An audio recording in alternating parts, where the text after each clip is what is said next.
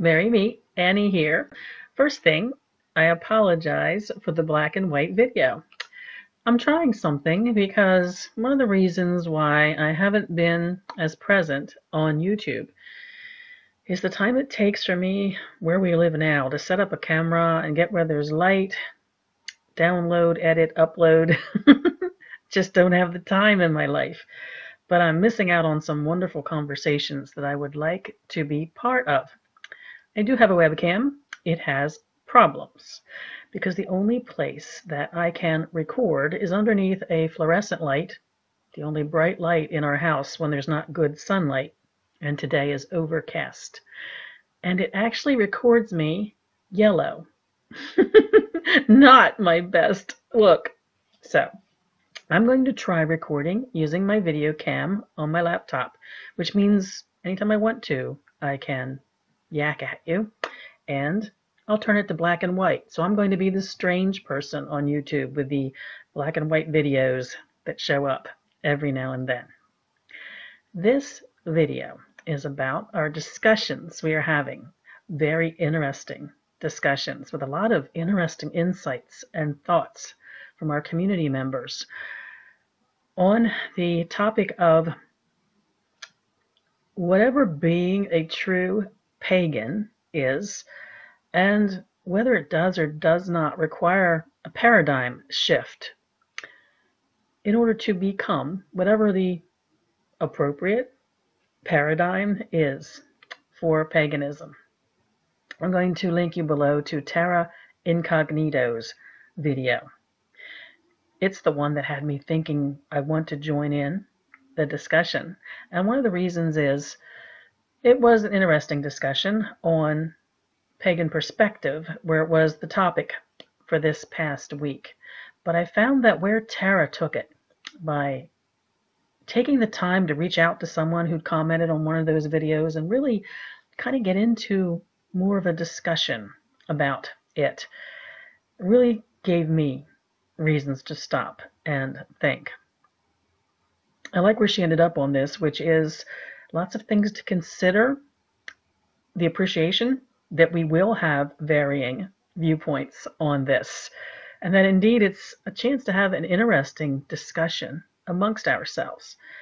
I found that as I thought of it, I was considering it when the Pagan Perspective videos went up, and then Tara's video really got me stopping to think, I'd like to know what I think about this. So the response here is to her video, but her video is a good one for you. You can see some of the things she's been entertaining. Links you to some other people who have done video responses on this, and also it links you back to the original discussion where this kind of started, although I think it's actually evolved into something a bit more sophisticated outside of the original posts, which were very interesting on pagan perspective. So I am interested in exploring for myself the concept that, is there a required paradigm shift as we explore paganism and decide what it is for us? Is there something that has to happen in order for us to be in a paradigm aligned to what paganism is? I've come to the place that I do not think that is so. And it's for a couple of reasons. Probably first and foremost, I was thinking about this, is I just don't see paganism requiring a certain paradigm in order to align to it. Yep, certain traditions or practices within it have expectations that we hold certain beliefs, act in certain ways, relate to deity or non-deity, if we're working truly with perhaps ceremonial magic or other forms of magic that don't involve relationships with deity. There's expectations here and there if we're aligned to others practicing the same way or believing the same way. But I don't see that as an overarching expectation of paganism. You know, if we get back to the most basic description of paganism, the one probably most common in dictionary first descriptions, it's any religion that's not of the books, so not the main religions. Now, we have interpreted it, I think, more fluidly within our community discussions, that we tend to find that within our pagan communities, if nothing else perhaps, we have a connection through the concepts of earth-centric, earth-respecting traditions, whether we see the earth as the divine or just see it as the most beautiful expression of what is, and we explore our place within it and as part of it. But the fascinating thing for me about considering that more free-form idea of what paganism is when I look at those that I count amongst my pagan brothers and sisters, I don't see a common thread of what energy has to be, what practices have to be, what belief has to be.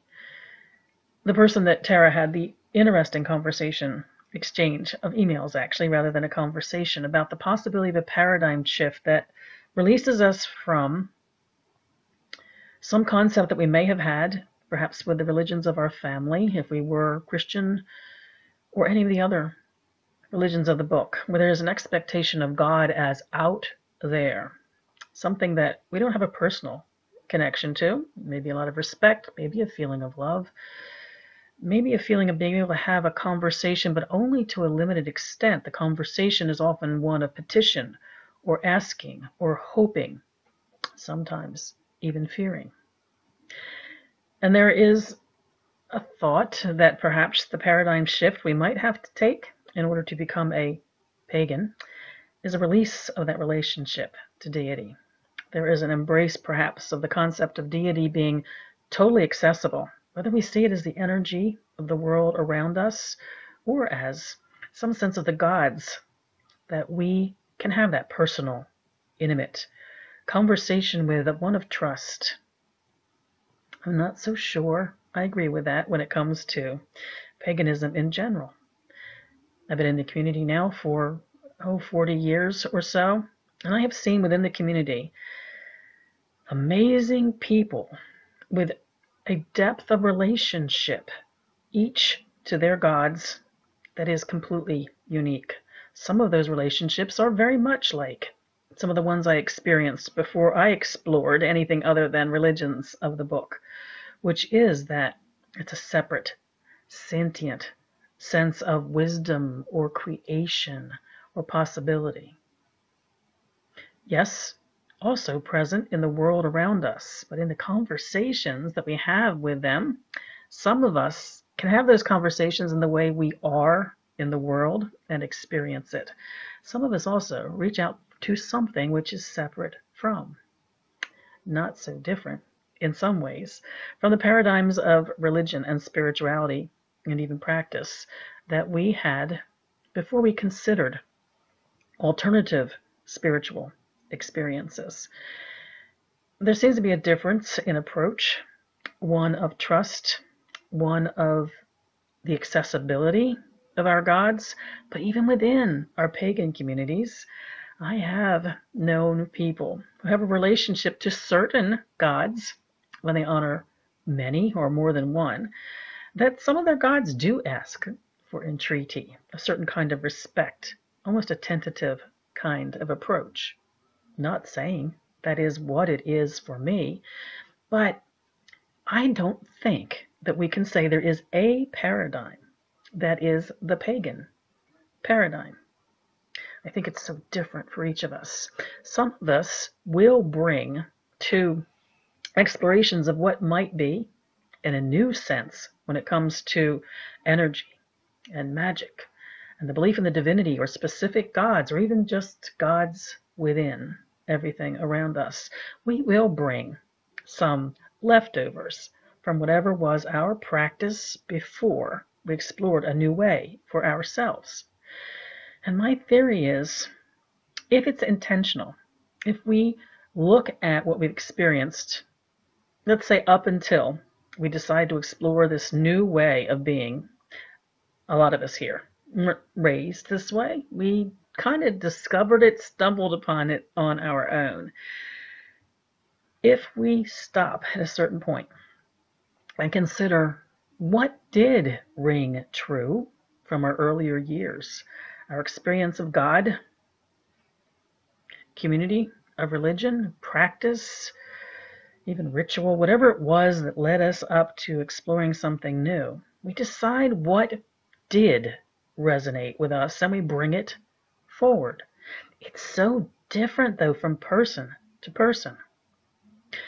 If we need a god or gods who are out there, they can continue to be out there for us. We might explore them in a new way, one with heightened comfort, to look around us to see how they make their presence known, and also to learn how to communicate with them in a different way. We might also feel something which is a huge paradigm shift for us, a totally new exploration of what all of this might be for us. So when I was thinking back over this, two things prominent to my mind. The first is, I just don't think we can decide in a definite way what paganism means. I've just met too many people with too many ways of exploring mystery. I myself hold to a concept of a separate and sentient, creative and unifying energy.